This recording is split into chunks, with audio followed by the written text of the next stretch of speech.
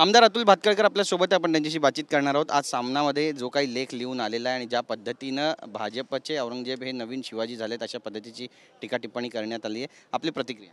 नाही बघा, छत्रपती शिवाजी महाराजांची तुलना औरंग्याशी करणं हे राष्ट्रद्रोहासारखं कृत्य आहे आणि त्याच्यामुळे त्यांनी जर का अशी तुलना केली असेल तर सामन्याच्या विरोधामध्ये राष्ट्रद्रोहाचा FIR दाखल करावा अशी मागणी मी आपल्या माध्यमातून करत आहे. पण याबाबत प्रकाश आंबेडकर यांनी पण भूमिका मांडलेली आणि त्यासोबतच आपण पाहतोय की उद्धव ठाकरे यांनी पण टीका केली की नागपूरमध्ये जर समजा अशा पद्धतीचं काही कृत्य होत असेल तर मग इंटेलिजन्सचं हे फेल्युअर आहे.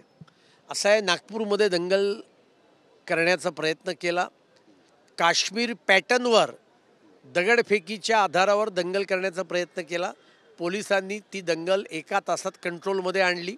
स्वतःचा जीव धोक्यात घालून पोलिसांनी ही दंगल कंट्रोलमध्ये आणलेली आहे. संपूर्ण शांतता तासाभरात आज नागपुरामध्ये त्या ठिकाणी आहे आणि त्याच्यामुळे खरं तर उद्धव ठाकरेने सेनेने त्या ठिकाणी औरंगजेबाची प्रतिमा जाळल्याबद्दल विरोध करणारे जे लोक होते त्यांच्या बाबतीत प्रश्न उपस्थित करायला पाहिजे होते. पण उद्धव ठाकरे सेनेचं आता पूर्णपणे काँग्रेसीकरण झालेलं असल्यामुळे ते अशा प्रकारची तथाकथित सेक्युलरिस्ट विधानं करत आहेत. पण यात महत्त्वाचा विषय असा आहे की प्रकाश आंबेडकर यांनी पण विधान केलेलं आहे की औरंगजेबला पुढच्या लोकसभा निवडणुकीसाठी मुद्दा बनवला जाईल. असं आहे, पुढची लोकसभा अजून 4.5 वर्षानंतर होणार आहे आणि त्यामुळे मी प्रकाश आंबेडकरांना एवढंच सांगेन की अशा प्रकारची औरंगजेबाच्या बाबतीतली किंवा मुस्लिम जातीयवादाच्या बाबतीतली कुठलीही विधानं करण्याच्या आधी त्यांनी भारतरत्न डॉक्टर बाबासाहेब आंबेडकरांचं थॉट्स ऑन पाकिस्तान हे पुस्तक वाचावं. त्यात पूजनीय बाबासाहेबांनी काय विचार मांडलेत त्याचा थोडा अभ्यास करावा, एवढाच सल्ला मी प्रकाश आंबेडकरांना देतो. म्हणतात पोलिसांना की तुम्ही नेत्यांचं ऐकू नका, तुम्हाला जे योग्य वाटतं ते करा. नाही, याच्याविषयी काही कोणाच्या मनात शंका असायचं कारणच नाही, कारण राज्य कायद्याचं आहे आणि राज्यातले पोलीस किंवा राज्यातली कुठली लोक हे कायद्याप्रमाणेच काम करत आहेत आणि कायद्याचंच राज्य असल्यामुळे भारतीय जनता पार्टीच्या राज्यामध्ये नेहमीच कायद्याचं राज्य असतं. यांच्या शोधासाठी आता पथकं रवाना झालेले आहेत नागपूरला आणि त्यांचा देखील शोध घेतला जातोय. बरीच टीका टिप्पणी त्यावरूनही भाजपवर करण्यात आली. प्रश्न हा तुम्ही विरोधकांना विचारला पाहिजे ना.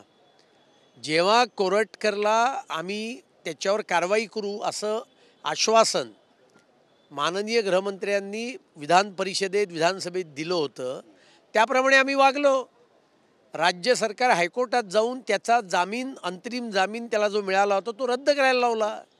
यातून आमची नियत किती साफ आहे हे स्पष्ट होतं. या सगळ्या प्रकरणाचा आता नागपूरच्या घटनेचा तपास नेमका कशा पद्धतीनं होणार आहे आणि लोकांना तुम्ही काय अपील करू इच्छिता एक आमदार म्हणून? कारण ज्या पद्धतीनं ही सगळी घटना घडली बरंच तणावाची स्थिती निर्माण आहे. महिला पोलिसांना देखील त्या ठिकाणी त्यांचा विनयभंग करण्यात आला. जसं मुंबईमध्ये घडला होता रजा अकादमीच्या वेळी तसाच काहीसं चित्र नागपुरामध्ये पाहायला मिळालं. काय म्हणाल? नाही, कालच गृहमंत्र्यांनी सभागृहात सांगितलेलं आहे पोलिसांवर हल्ला करणाऱ्यांना कुठल्याही परिस्थितीत सोडलं जाणार नाही.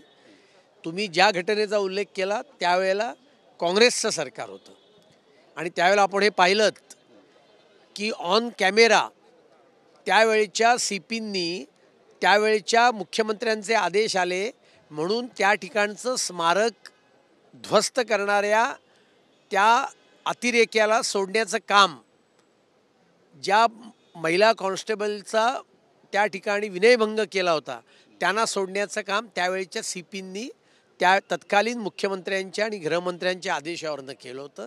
आता राज्य हे भारतीय जनता पार्टी महायुतीचं राज्य आहे. जो कायदा हातात घेईल त्याला आम्ही सोडणार नाही. कायद्यानुसार कठोरातली कठोर शिक्षा ही त्यांना केली जाईल. एक शेवटचा प्रश्न आहे, या अधिवेशनामध्ये मुंबईचे विषय कुठेच दिसत नाही आहे, त्यामुळे मुंबईच्या विषयी आमदार मुंबईचे का आक्रमक होत नाही असा सवाल सुद्धा आता विचारला जातोय. शेवटचा आठवडा राहिला आता. असं आहे, मुंबईमध्ये बांगलादेशींचा प्रश्न आहे तो मी मांडला, भोंग्यांचा प्रश्न आहे तो मी मांडला.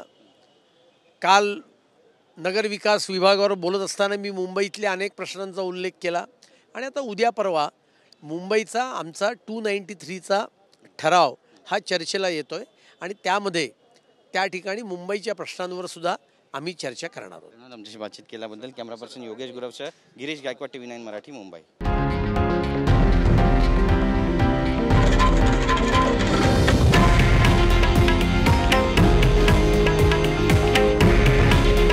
हे आहे देशातील नंबर 1 न्यूज नेटवर्क आणि आपण पाहत आहात TV9 मराठी.